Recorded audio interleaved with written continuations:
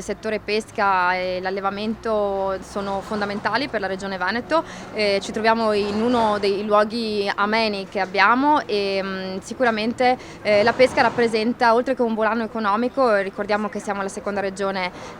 in Italia appunto per produzione, abbiamo una molluschicoltura che è ai primi posti con il 40% diciamo della produzione nazionale e con delle vere e proprie eccellenze, partendo dalle cozze ai scardovari fino ad arrivare alle vongole veraci, per cui veramente un settore che dimostra come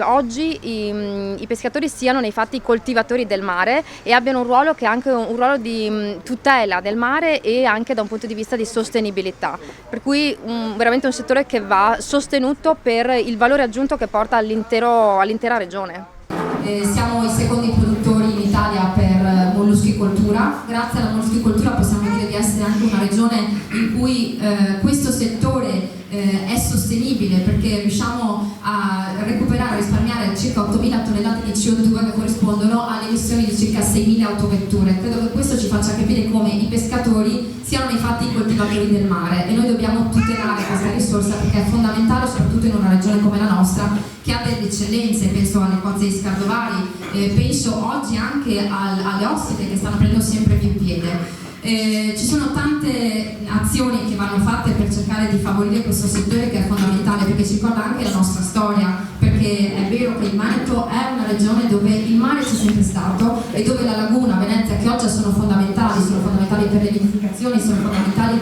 per la logistica, per i porti, sono fondamentali anche per quello che è il commercio.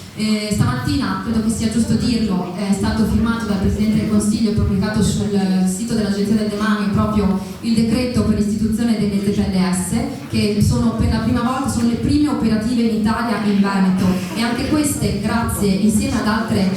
sicuramente ad altri aiuti di cui poi parlerà anche il nostro assessore,